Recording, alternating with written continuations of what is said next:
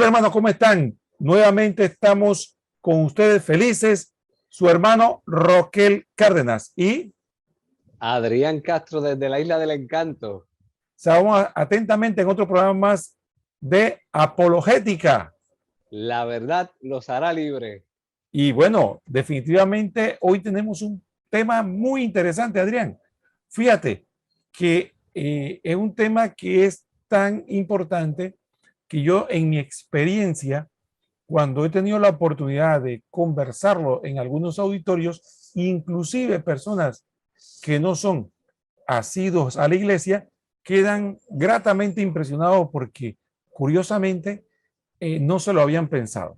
No se lo habían pensado porque casi siempre nos enfocamos en el día a día, lo que pasa hoy, ahora, el ya, cómo puedo vivir la presente vida y olvidamos esta realidad de la inmortalidad del alma. Adrián. Y qué bueno que estamos trayendo este tema, hermano Roquel, porque es normal escuchar personas escépticas, no creyentes, ¿verdad? Hablar que después de que esto se acaba, que nosotros, la materia simplemente se transforma. Es normal escuchar personas que no crean en la inmortalidad del alma. Pero cuando una persona que diga ser creyente dice que el alma no es inmortal, hay un problema grande entonces, porque ¿qué necesidad tiene de creer? Y entonces, en este programa de hoy, en esta edición, vamos a estar hablando sobre la inmortalidad del alma y vamos a estar compartiendo una información que sabemos que va a ser de gran bendición para todos. Adrián, tú sabes que yo a tus coterráneos, que bueno, algunos ya habían fallecido y otros no, precisamente fue que yo me amamanté en mi juventud, escuchando precisamente que había que gozar porque la cosa se acababa y había que darle con todo porque la vida se acaba. Entonces, efectivamente, bueno, mucho de la música de Puerto Rico y en general de todos los países, esa es la tónica, esa es la tónica. Entonces, hermano, que usted está aquí, puede ser que usted no sea creyente o puede ser que sea un católico frío que solamente le pide al Señor las cosas de este mundo. Y eso también pasa con personas no católicas, Adrián. Hemos convertido el cristianismo en la religión de la hora, del ya. Ya las cosas del otro mundo, de la otra vida, de qué pasa después de la muerte, no es importante. Yo lo que quiero es plata ya, salud ya, buena vida ya. Yo lo que necesito es que el Señor me bendiga ahora. Eso de la vida eterna, eso no es tan importante. Y también se da ese tipo de cristianismo adulterado, Adrián, y pienso yo que es precisamente por el desconocimiento de esta realidad de la inmortalidad del alma. Y siguiendo esa línea que bien planteas, hermano Roquel, hoy día ya no se puede predicar de la cruz. Hoy lo que se predica es pare de sufrir, el evangelio de la prosperidad, que mientras más tú le das a Dios, más Él te va a dar para ti, y pídele la casa y el carro nuevo, que eso ya está declarado en el nombre de Jesús, que ahí va a estar. Y entonces se nos olvida que claramente, y más ahora, ¿verdad? En estos tiempos, nosotros tenemos que reconocer que aquel que se decidió a seguir al Señor tiene que prepararse para la prueba. El Señor, para llegar a la resurrección, tuvo que pasar por el Calvario y por la crucifixión. Entonces nosotros, ¿verdaderamente estamos anhelando una vida eterna o simplemente queremos hacer como la historia del rico que simplemente quería acumular y acumular y acumular a poco que nos vaya a pasar a nosotros y nos digan lo mismo, que esta noche vienen a reclamar nuestra alma y lo que hemos guardado para quién será? Bueno, Adrián, precisamente vamos a empezar hablando de este tema, que el hombre, distinguidos hermanos, no es pura materia. El hombre no es pura materia, el hombre realmente es un compuesto. Decimos que el hombre es cuerpo material, alma espiritual en unidad de persona. ¿Y eso dónde lo encontramos? Eso lo encontramos desde el Génesis. En el capítulo 2, versículo 7 del Génesis, ya el Señor nos habla de cómo está compuesto el hombre, haciendo una analogía del aspecto material con el barro, la tierra, y poniendo a Dios como un alfarero. Pero además, ese barro, esa tierra, eso que formó, que es el aspecto material, dice el Señor, que Él le dio un elemento muy propio de Él, muy personal, que dice que insufló, ¿no? Aliento de vida. ese aliento de vida que vamos a leer ahora, que aparece en el Génesis, es lo que nosotros llamamos no solo la existencia terrena, sino un elemento espiritual que no es mortal. ¿Qué significa? Que una vez empieza a existir, no va a dejar de existir jamás. Entonces, esto aparece en Génesis 2:7. Entonces Yahvé Dios formó al hombre con polvo del suelo e insufló en sus narices aliento de vida y resultó el hombre un ser viviente. Entonces, ese aliento de vida que el Génesis en la analogía usa como el aire, es lo que nosotros llamamos el espíritu, que es algo inmaterial. Por lo tanto, nuestros sentidos no lo pueden percibir, pero es algo que nos permite a nosotros después de que nos acontezca la muerte, como vamos a ver, poder seguir en la existencia. No desaparecemos ni nos anulamos. Adrián. Y para beneficio de todos los que están viendo esta transmisión, dejar claro de entrada que la iglesia enseña que cada alma espiritual es directamente creada por Dios, no es producida por los padres y que es inmortal, o sea que no perece cuando se separa del cuerpo en la muerte y que se unirá de nuevo al cuerpo en la resurrección final, que ahí es cuando tenemos esos cuerpos gloriosos como el de nuestro Señor resucitado. Así que en este programa vamos a estar hablando bien de lleno, porque a pesar de que la doctrina de la inmortalidad del alma está claramente revelada en las escrituras, como bien ya el hermano Roquel comenzó a mostrar, existen sectas y denominaciones que sencillamente apegándose a una interpretación errada de la Biblia, se obstinan en rechazarla. Y ese es el propósito principal de este tema que estamos trayendo hoy, es aclarar esas malas interpretaciones y traer a colisión la verdadera interpretación correcta para que conozcamos y reconozcamos la importancia de la inmortalidad del alma para que la cuidemos. Porque en la transmisión pasada, si se recuerdan, aquellos que pudieron verlo y los que no, en la descripción del video vamos a dejar el enlace del programa anterior, hablamos sobre la salvación. Entonces, aquí este tema va perfectamente enlazado con el que anteriormente traímos de la salvación. El alma es inmortal y nosotros en esta vida tenemos que trabajar para cuidarla para el momento de la partida a la eternidad y asegurarnos que tengamos la salvación de la misma. Hermano Roquel. Adrián, y solamente algunos comentarios muy básicos. Algunas personas dirán, bueno, parte de la revelación, ¿cómo ustedes hablan del alma? Si el alma dicen que no se ve, no se percibe, entonces te dicen que nosotros tenemos un alma. Miren, yo quisiera darle solamente dos cosas muy concretas. Fíjese, hay un axioma muy conocido que tanto ateos como creyentes aceptamos. Nadie puede dar lo que no tiene. Entonces, la materia como tal no puede dar inmaterialidad. Es decir, si usted se da cuenta, lo que el hombre lo realiza como hombre es su capacidad de abstracción, su capacidad de entender lo inmaterial. Por ejemplo, conceptos como fe, amor, ¿no? Espíritu, son conceptos que ningún animal puede entender porque son inmateriales. Y nosotros tenemos que tener algo de esa inmaterialidad, de esa capacidad para poder entender esta realidad. El otro axioma importante que nos permite a nosotros entender es que muchos quieren lograr o pensar que el cerebro es el que logra eso, pero si se da cuenta, el cerebro no es más que una serie de operaciones químico-físicas que no podrían jamás poder. Fíjense, el ser humano es el único, una criatura en la tierra que sabe que va a morir. Ninguna otra, todas existen ni sabiendo de dónde vienen, ni sabiendo cuándo van a terminar. Pero el ser humano no solo se pregunta de dónde viene, sino que se pregunta y sabe que va a morir. No hay ninguna persona razonable que no sepa que va a morir. Entonces, esos son elementos que nos permiten a nosotros entender de que nosotros tenemos un paquete o algo que el Señor nos dio que, independiente, mire, de conceptos bíblicos, nos permiten vislumbrar de que efectivamente nosotros no somos igual que un animal por ahí que simplemente pervive. Entonces, fíjese, ¿por qué este tema es irrelevante? Porque, ¿qué ocurre?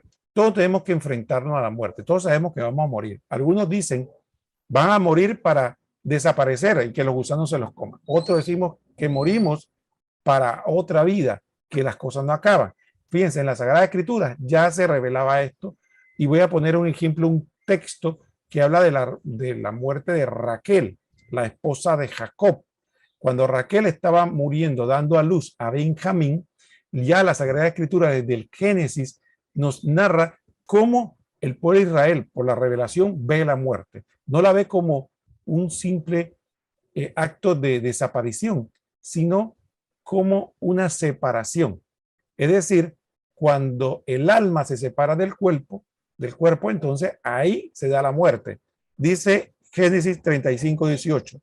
Entonces ella, estamos hablando de Raquel, al exhalar el alma, cuando moría le llamó Ben-Oni, pero su padre le llamó Benjamín. ¿Ven? Dice al exhalar el alma. O sea, el pueblo de Israel interpretaba el último aliento, el último suspiro de la persona cuando está muriendo como la forma en que el alma o ese aspecto inmaterial e inmortal que tenemos se separa del cuerpo. Eso es lo que nosotros llamamos la muerte. Adrián. Ahorita cuando comentabas de lo que es el amor, la felicidad y todas estas cosas que son cosas que son inmateriales, me podía pensar yo con esta gente que son tan cientificistas que, que si nos pueden dar la ecuación de una poesía para ver si lo pueden poner ahí en materia. Pero siguiendo esa línea que bien ha expuesto el hermano Roquel, como decíamos ahorita, los dos lados de una misma moneda. Está la parte de los que se van por el aspecto de la materia, pero también el aspecto de los creyentes que lamentablemente que toman la palabra de manera malinterpretada. Podemos tomar, por ejemplo, los mismos testigos de Jehová que creen que el alma humana es mortal, porque según ellos los muertos no sienten nada en absoluto. Y ahora, ¿a qué se debe que crean esto? Bueno, los escritores, ellos casi siempre se dejan llevar de Ezequiel 18:24, digo 4:20, que es el que dice, el alma que pecare, esa morirá. Ya para ellos, como dice que el alma que pecare, esa morirá, ya eso es que el alma muere y que ya no es eterna, según ellos. Cuando sabemos que verdaderamente están tomando el texto fuera de su contexto, que lo hemos hablado en otras ocasiones.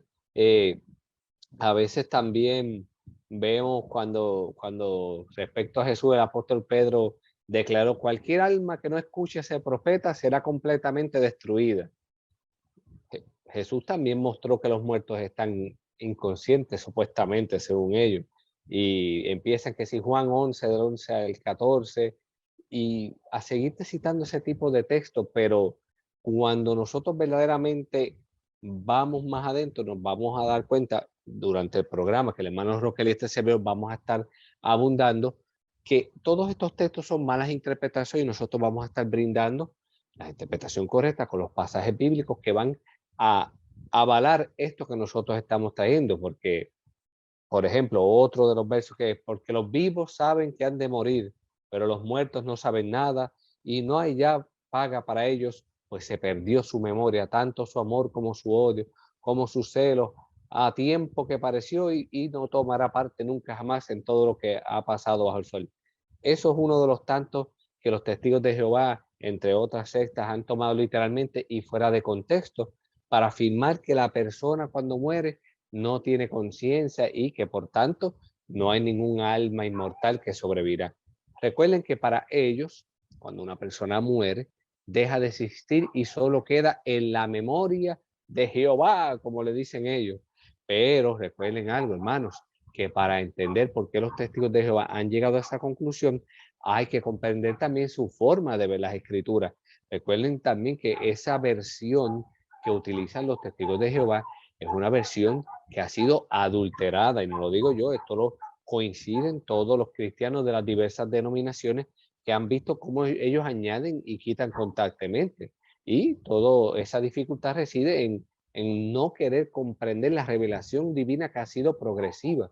Pero más adelante vamos a seguir profundizando en esto que yo estoy compartiendo para darle paso al hermano Roquel y no desviarme mucho de la línea que ya la ha traído hasta el momento.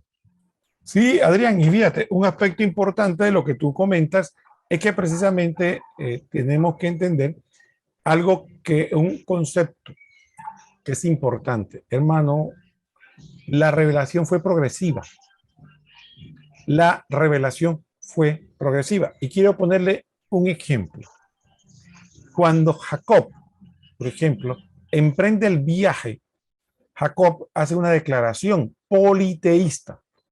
Jacob dice, si el Señor me acompaña, si el Dios me va y está bien y voy en mi viaje y todo me sale bien, entonces el Señor será mi Dios.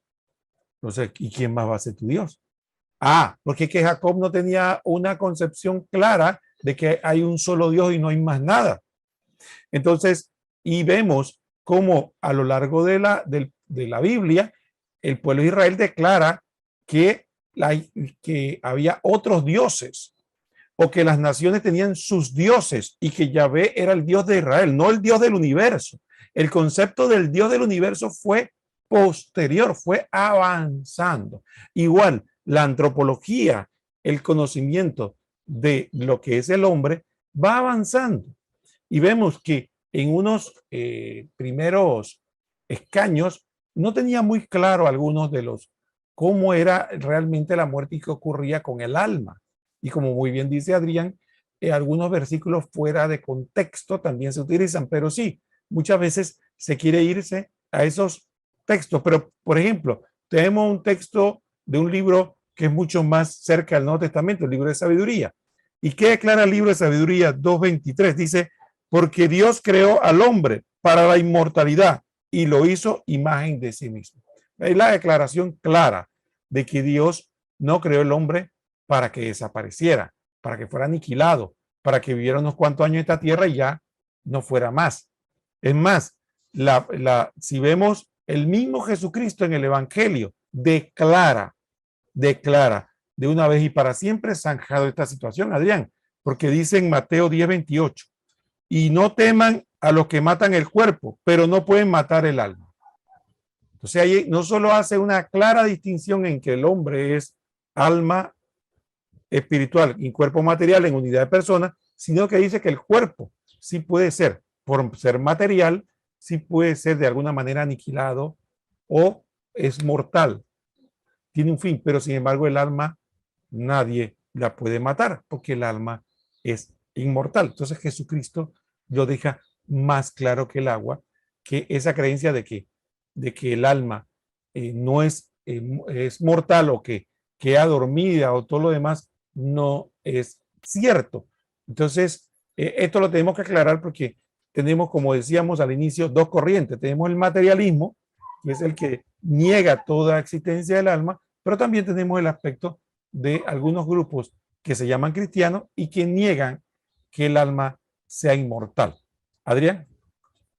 Y cuando seguimos mirando estas evidencias bíblicas a favor de la inmortalidad del alma, podemos tomar como buen ejemplo, ya entrando en lo que es el Nuevo Testamento, la promesa hecha al buen ladrón, que aprovecho y aclaro. No es que él fuera bueno el ladrón, porque si es ladrón es malo. Se le llama el buen ladrón porque supo robarse el cielo en el último momento de su vida.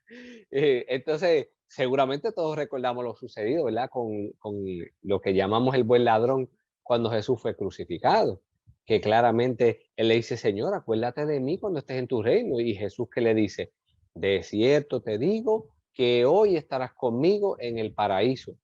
Entonces, lo interesante de ese suceso es que Jesús le promete a ese ladrón que ese día estará con él en el paraíso. Y entonces, ¿cómo podría ocurrir eso si el alma no sobrevive al cuerpo? Hay que analizarlo y darte cuenta que por algo es que Jesús se lo está diciendo. Y dado que este simple texto automáticamente desmontaría instantáneamente toda la teología de los testigos de Jehová, los adventistas y toda esta gente que dicen que el alma no es inmortal, porque se han inventado un argumento bastante original para justificarse. ¿Y sabes cuál es, Joquel? Que viene y le ponen al versículo bíblico, como dijimos ahorita, que las versiones están adulteradas, ellos en el pasaje bíblico, ellos vienen y ponen una coma. En vez de yo te aseguro que hoy estarás conmigo en el paraíso, ponen yo te aseguro, coma, hoy, espérate, yo te aseguro, coma, hoy, coma, que algún día estarás conmigo en el paraíso. ¿Cómo es eso? Ahí tú te das cuenta cómo adultera la palabra de Dios. Porque yo, o sea, yo te aseguro hoy, coma, que estarás conmigo en el paraíso. Entonces, viene y le pone la coma como quien dice, no, no, lo que él está diciendo es que él está haciendo una afirmación actual de que algún día estará en el paraíso. Y no, eso es una adulteración de la palabra. Jesús les dejó claro, yo te aseguro que hoy mismo estarás conmigo en el paraíso. Y eso es porque el alma trasciende la muerte del cuerpo. No podemos dejarnos llevar por la manipulación de la palabra de Dios. Y el problema de este argumento que utilizan ellos con esa coma, sencillamente ellos tratan de utilizar esa expresión del de cierto te digo con yo te aseguro y empiezan con el juego de las palabras, pero la realidad es que nunca se utilizó de esa manera como ellos quieren ponerlo. Y ejemplo hay por docena. Por ejemplo, con el de cierto te digo, ¿verdad? Por ejemplo, de cierto te digo, cuando eras más mozo te ceñías e ibas a donde querías, mas cuando ya fueres viejo extenderás tus manos y te ceñirá y te llevará a otro donde quieras. Ahí claramente estamos viendo cómo se utiliza el famoso de cierto te digo y no tiene que ver como ellos lo aluden al texto que acabamos de decir de la crucifixión y el buen ladrón. O por ejemplo, cuando dicen de cierto te digo que no saldrás de allí hasta que no pagues el último cuadrante. Estamos viendo que por más que ellos traten de forzar la expresión de cierto te digo, en estos pasajes claramente contradice lo que ellos tratan de imponer. O el clásico, respondió Jesús y le dijo, de cierto te digo, que el que naciere otra vez no puede ver, el que no naciere otra vez no puede ver el reino de Dios. Que dicho sea de paso, cuando se habla de no puede ver el reino de Dios, nuevamente se deja ver claro la inmortalidad del alma, por más que ellos traten de imponer otro tipo de creencias o de traducciones erróneas.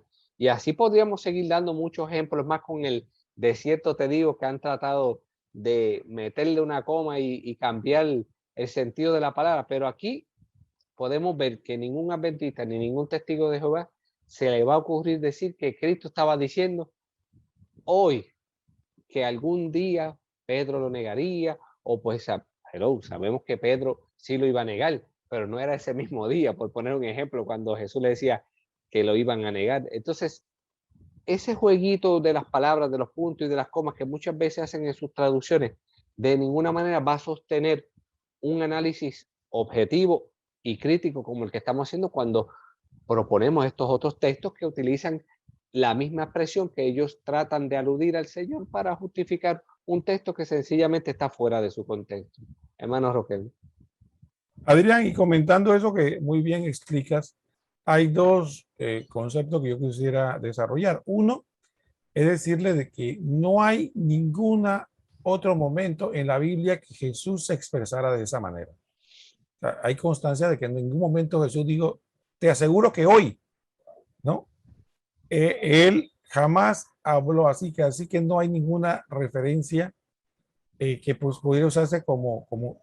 El otro tema importante está es que la expresión está tan forzada que cuando se hace el análisis en griego es imposible de hacerla en griego. O sea que el escritor sagrado jamás pudo haber pensado que Jesús dijo, te aseguro hoy, coma, estarás conmigo en el paraíso. O sea, ni siquiera dijo, hoy estarás conmigo, sino que usa una expresión demasiado forzada. Y vuelvo y repito, que Jesucristo no expresa en el Evangelio, ni el evangelista usa tampoco, ni pone en boca de Cristo jamás. Entonces se ve a las claras que es forzada totalmente la frase de que te aseguro hoy, coma, estarás conmigo en el paraíso. Hasta el lenguaje común se pone a pensar uno, oye, pero ¿por qué hablo así, no? Imagínate en medio de una cruz y sufriendo, usted va a usar formas, ¿cómo se llama? Rebuscadas de explicación, ¿no?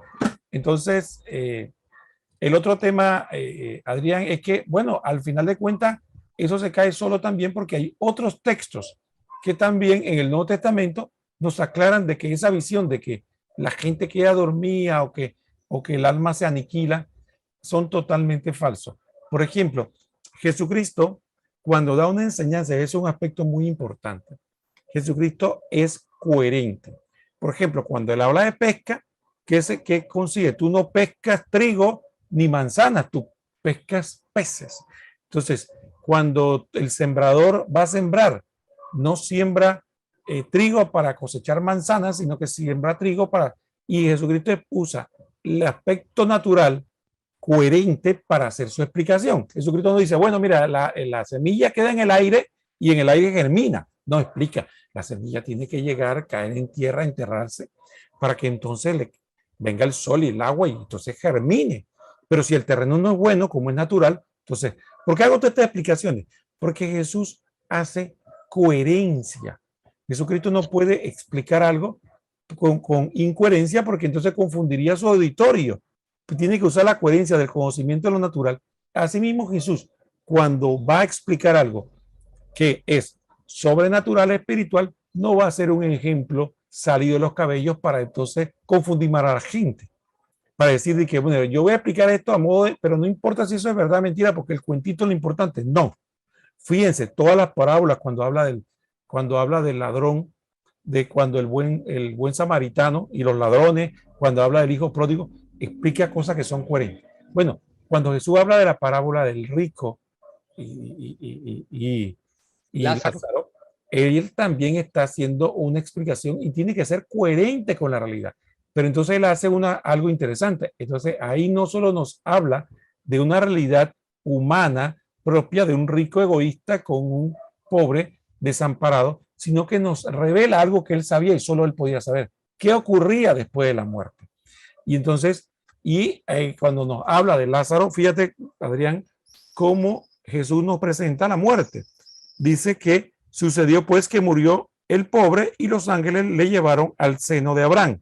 Murió también el rico y fue sepultado. Estando en el Hades, entre tormentos, levantó los ojos y vio a lo lejos a Abraham y a Lázaro en su seno. ¿Qué cosas, términos generales, nos explica Jesús en esta parábola? Primero, que la muerte no quedan dormidos. Segundo, que el alma de los difuntos va a un destino eterno. En este caso, Lázaro iba al seno de Abraham y el rico, por haber sido injusto, va al infierno. Que están conscientes, que pueden comunicarse, ¿ve? Que son conscientes de su realidad y la realidad del otro. No están dormidos ni están, es decir, es más, tienen memoria, porque incluso el que está sufriendo el infierno dice, oye, yo tengo unos hermanos en la tierra. No es que se borrón y cuenta nueva, que se acuerda de todo, ¿no? Incluso razona, dice, oye, ¿por qué no manda a Lázaro? Entonces dice, no, ellos tienen a Moisés y la escritura. No, ellos no se van a convertir, hasta los conocía y te intuía cómo iba. Entonces, eso de que quedamos como dormidos, quedamos, entonces vemos que una parábola tiene tanta riqueza. Y hay gente que, Adrián, que tan fácilmente dice, no, lo que pasa es que eso no, Jesús explicó eso, pero eso no era cierto, eso es un ejemplo que no tiene valor. ¿Cómo se atreven? Sería la única vez que Jesucristo explicara algo que no tiene lógica y que además, ¿cómo va a explicar algo que va a traer confusión? Entonces Jesucristo va a explicar una parábola para confundir, para que los apóstoles y todos nosotros nos quedáramos con la idea de algo que no es cierto. Entonces, algo falso. Ahí Jesucristo nos está explicando precisamente lo que pasa después de la muerte. Adrián. Y miren si el alma está tan consciente en ese momento, en ese ejemplo que nos trae el hermano Roquel, que cuando el rico le pide por favor a Abraham que moje su lengua, que le dice el mismo texto, pero Abraham le dijo, hijo, recuerda que recibiste tus bienes durante tu vida y Lázaro al contrario sus males. Ahora pues él es aquí consolado y tú atormentado. Mira qué cosa, que claramente de la boca del mismo Jesús estamos viendo una parábola donde partiendo de personajes ficticios nos explica una situación real aplicable a cada uno de nosotros. O sea, la recompensa o el castigo que recibiremos de acuerdo a nuestras obras. Que, o sea, esto trasciende a un punto que muchas veces a los hermanos se les pasa por alto. Y no debería creerse como que las sectas esas que por ahí, que una parábola no encierra allí una enseñanza real. Habría que ser bastante curioso que Jesús colocara una parábola, como dice el hermano Roquel, que hablara sobre la inmortalidad simplemente por pasar el macho, como dicen por ahí, o para confundir. No, Jesús todo lo que hablaba tenía un propósito y una enseñanza ahí específica. Así que tenemos que tener eso claro. Incluso otro ejemplo más que podemos traer de la inmortalidad del alma, la transfiguración. ¿Qué ejemplo más claro que eso? Vamos a ver lo que nos dice cuando 6 días después, toma Jesús consigo a Pedro, Santiago y a Juan y los lleva a ellos solos aparte a un monte alto. Y se transfiguró delante de ellos y sus vestidos se volvieron resplandecientes, muy blancos, tanto que ningún batanero en la tierra sería capaz de blanquearlas de ese modo. Y dice aquí el texto en el versículo 36, se les aparecieron Elías y Moisés y conversaban con Jesús. Elías y Moisés habían fallecido, Dios sabe desde hace cuánto. Y deja claro saber el texto bíblico que se le aparecieron Elías y Moisés. Ahí están las almas inmortales de esas personas que están con nuestro Señor en ese momento. Entonces, claramente, esto es otro evento que derrumba esa teología de la secta, ya que si el alma no sobrevive al cuerpo, no se explica cómo pudieron convencer Moisés y Elías con Jesús. Es oportuno recordar que la muerte de Moisés está claramente registrada en las Escrituras. Esto, y aunque no estuviera claramente registrada, hello, aquí nadie es inmortal. El más que vivió bíblicamente era Matusalén, así que, y como quiera está registrada su muerte. Así que es claro que el alma es inmortal y que con estos ejemplos se les cae por el piso eso de que el alma no es inmortal. Y adicionalmente a la transfiguración, tenemos el hecho de que Samuel fue evocado por la bruja de Endor. Samuel fue evocado por la bruja de Endor, donde Samuel, después de muerto, es evocado por orden de Saúl. Entonces, ahí están los espíritus que están siendo convocados. O sea, si el alma hubiese estado muerta, ¿cómo van a ser invocados esos espíritus? Así que tanto en el caso de Samuel como el de Elías y Moisés, no se puede alegar que se trata de parábolas y tampoco de alucinaciones, y mucho menos, como me comentan a veces algunos hermanos, ¿verdad?, de creencias adventistas o testigos de Jehová, que Samuel era un demonio, que el Señor lo reprende y que eso fue que Moisés lo resucitó. ¿Sabe? Que muchas veces llegan a esos extremos. Así que nada de eso, mis queridos hermanos. El caso de Samuel, la escritura es la que realmente lo identifica y lo deja claro. Así que no podemos venir a decir lo que no se dijo. Está claro ahí y lo acabamos de traer. El caso de Samuel, caso de Elías, caso de Moisés.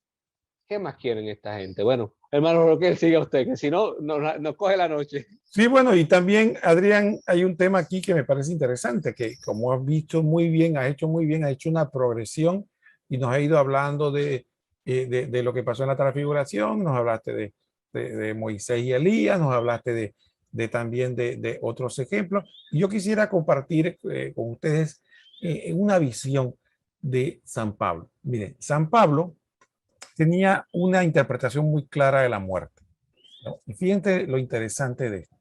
La Iglesia Católica enseña que después de la muerte se da lo que se llama el juicio particular. Y no es porque vamos a un juicio necesariamente con un tribunal donde hay abogados ni nada, sino que se emplea la palabra juicio en el sentido de que sabemos que tan pronto morimos, vamos a una retribución de acuerdo a lo que hemos hecho. ¿Ve? Porque dice Hebreos 9:27, porque está establecido que el hombre muera una sola vez e inmediatamente el juicio. Entonces está claro que la carta a los Hebreos nos dice que tan pronto viene la muerte, viene un juicio.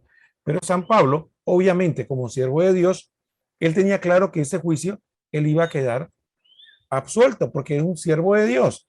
Entonces, ¿cuál es su interpretación de la muerte? No, que voy a quedarme dormido esperando a que el Señor vuelva para despertar. No, él tenía la misma clara doctrina como Jesús le dijo al ladrón arrepentido: hoy estarás conmigo en el paraíso. San Pablo tenía la certeza que tan pronto moría, él se iba a encontrar con Cristo, evidentemente. Entonces, eso nos muestra que esa visión, o tanto que el alma queda dormida o aniquilada, no tiene nada que ver con la fe de la iglesia, ni la fe según la Biblia. Esto lo encontramos en Filipenses 1, 23, 24. Juan San Pablo nos dice: me siento apremiado por dos partes. Por una parte deseo partir y estar con Cristo, lo cual ciertamente es mucho lo mejor, mas por otra parte quedarme en la carne es más necesario para ustedes. Soy más claro que el agua. Quedarse en la carne, quedarse en el cuerpo, quedarse aquí en la tierra, aprovecha la iglesia porque la sigue edificando.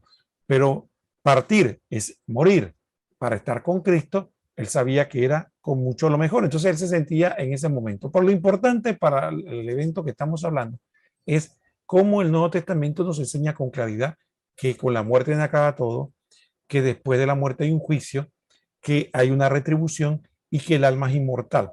Lo importante de todo esto, hermanos, es la enseñanza que nos da la iglesia. La iglesia nos enseña que ya una vez nosotros somos creados, no vamos a dejar de existir nunca. La diferencia es la decisión dónde yo quiero pasar la eternidad. La eternidad con Dios, que es el cielo, o la eternidad sin Dios, que es el infierno. Hermano Adrián. Y qué bueno que traes esto a colisión, hermano, porque la misma Biblia nos muestra a los salvados en presencia de Dios. En el mismo capítulo 11 de los Hebreos se mencionan a todos los patriarcas y a los santos de la antigüedad como testigos en torno nuestro. Cuando dice, por tanto, también nosotros, teniendo en torno nuestro tan gran nube de testigos, sacudamos todo lastre y el pecado que nos asedia y corramos con fortaleza la prueba que se nos propone.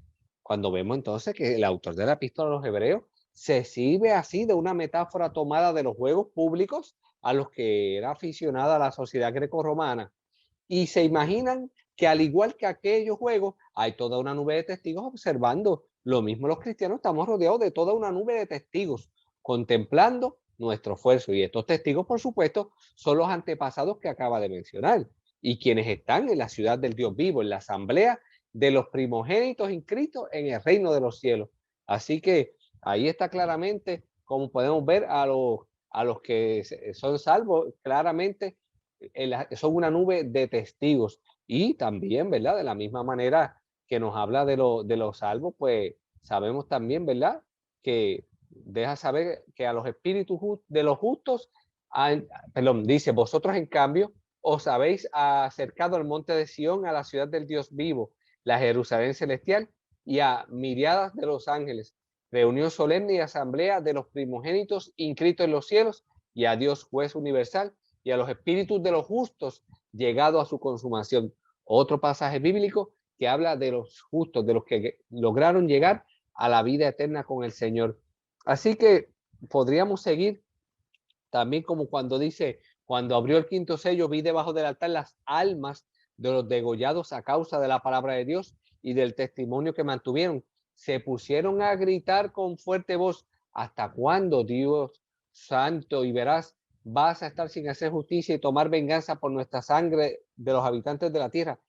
Los mártires pidiendo que se hiciera justicia, como dijiste claramente ahorita, hermano Roquel, estas almas están claros de quiénes son, de lo que pasaron y lo que están pidiendo en favor de los que aún están aquí en la tierra. ¿Sabe?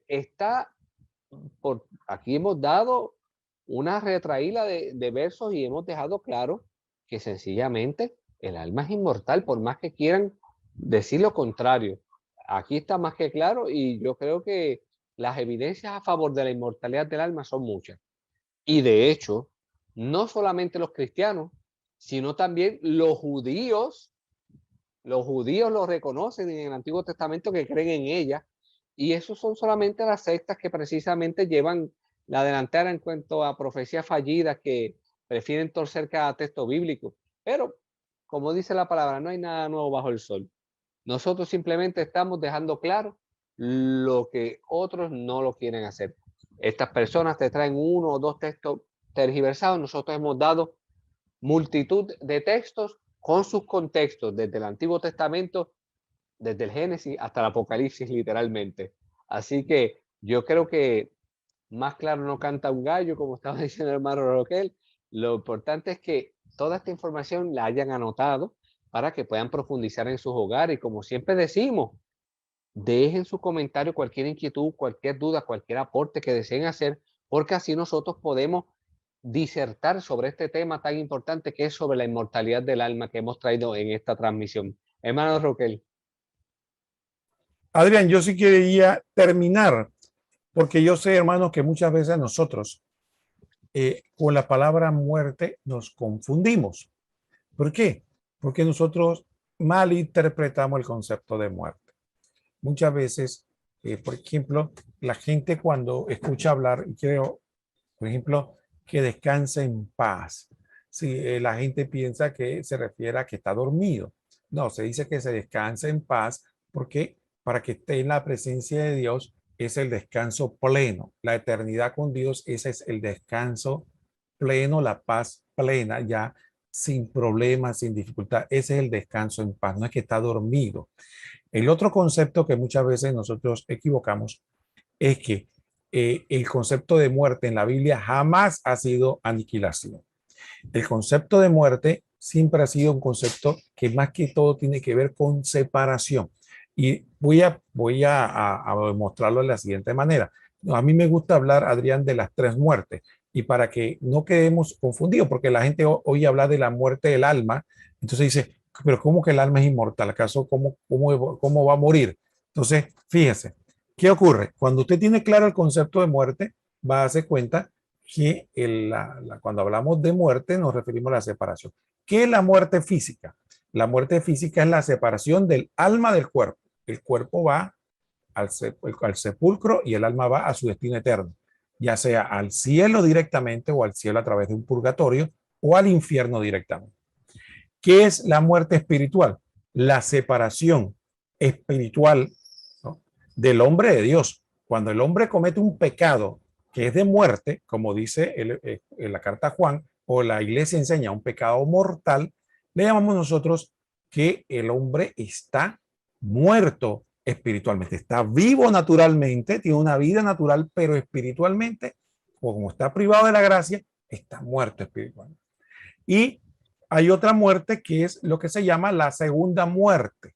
¿Qué es la segunda muerte? Cuando el hombre muere en pecado mortal, sufre lo que se llama la segunda muerte, que es la separación eterna de Dios. Entonces, no es que el alma muere, sino que esa separación eterna de muerte es lo que se llama la segunda muerte. Ahora, todo esto que yo he dicho, como sabemos que hay hermanos que son muy bíblicos, le gustaría que yo les compartiera algunos textos para ratificar lo que he dicho. Se los voy a compartir rápidamente.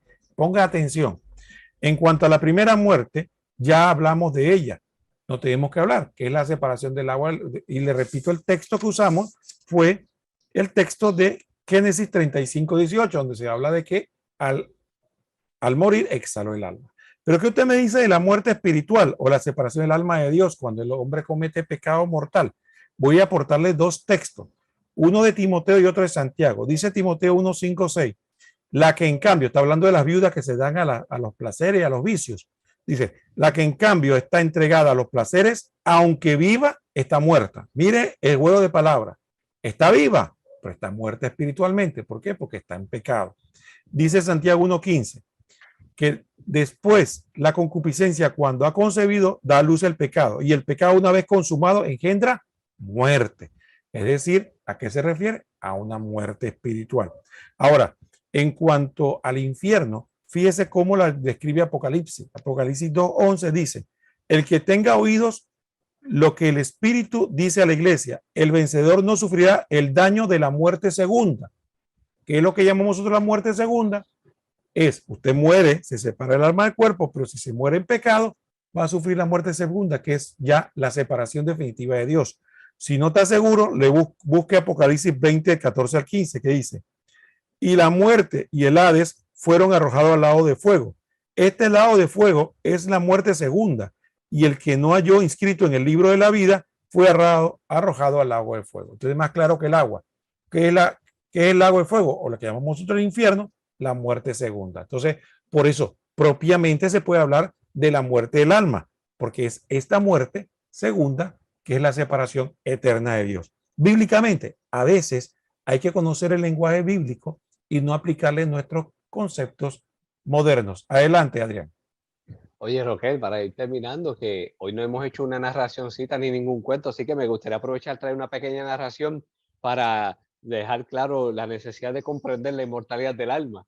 Miren, cuenta la historia que un obrero que se ganaba la vida trabajando estaba contento con su suerte y su esposa, pues, lamentablemente tenía una afición desmedida al dinero y aún al dinero ajeno. Y una noche, este hombre regresa a su casa y dice misteriosamente a su mujer, ¿sabes?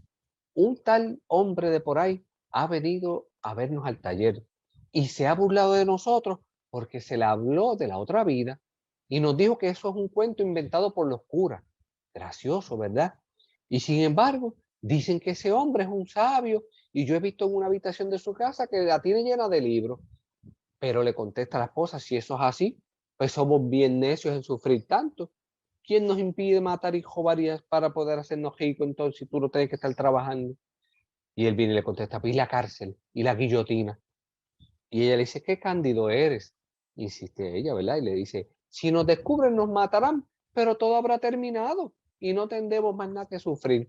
Pero si no nos descubren, seremos ricos para toda la vida. La mujer tenía la razón. En su manera de pensar era perfectamente lógica, porque sin la inmortalidad del alma no hay barreras para el crimen. ¿Se han puesto a pensar en eso? Sin la inmortalidad del alma no hay barreras para el crimen, así que les dejamos con ese pequeño cuento para que lo tomen en conciencia. Bueno, Adrián, creo que con esto hemos podido culminar este programa que queríamos compartir con ustedes sobre la inmortalidad del alma. Recuerden, hermanos, la inmortalidad del alma es una llamada a la responsabilidad.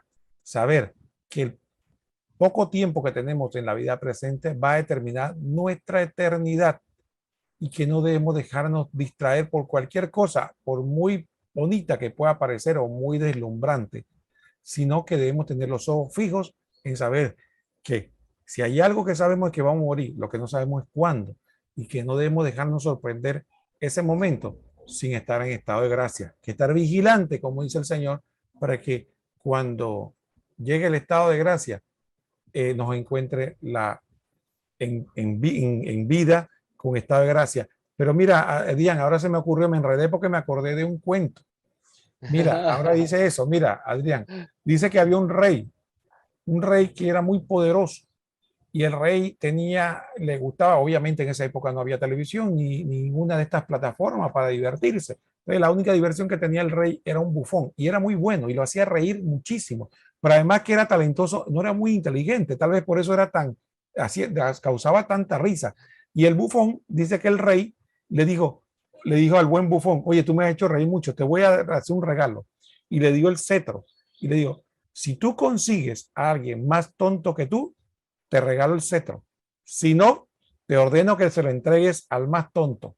Bueno, el bufón se fue y caminó todo el reino inmenso y no encontró a nadie más tonto, hasta que un buen día el rey lo mandó a llamar, porque estaba a punto de morir y quería despedirse de su amigo. Cuando llega el bufón donde su amigo, le dice, mi rey, he vuelto y no he encontrado nadie más tonto que yo en todo el reino.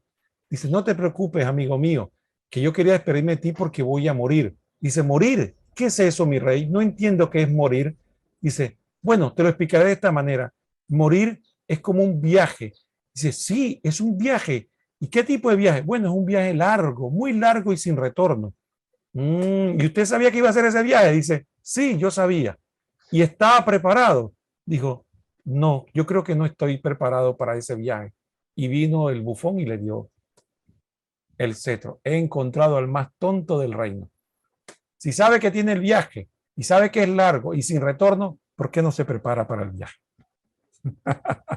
Definitivamente, aquí le hemos dado jaque mate esta noche. De verdad que esperamos que esta transmisión sea de bendición para todos. Como siempre, les exhortamos a que compartan el video con todos sus contactos, que comenten, que dejen su me gusta, pero sobre todo sigan orando por el éxito de estas transmisiones, porque todo esto lo hacemos para la gloria de Dios. Siempre tenemos que pasar las vicisitudes como todo buen soldado de Cristo, pero lo hacemos por amor al Señor, por honor a su gloria, y le pedimos que sigan apoyándonos, sigan compartiendo. Y ya con esto dicho, pues nos despedimos hasta la próxima en este su programa Apologética. La verdad los hará libres. Que Dios los bendiga.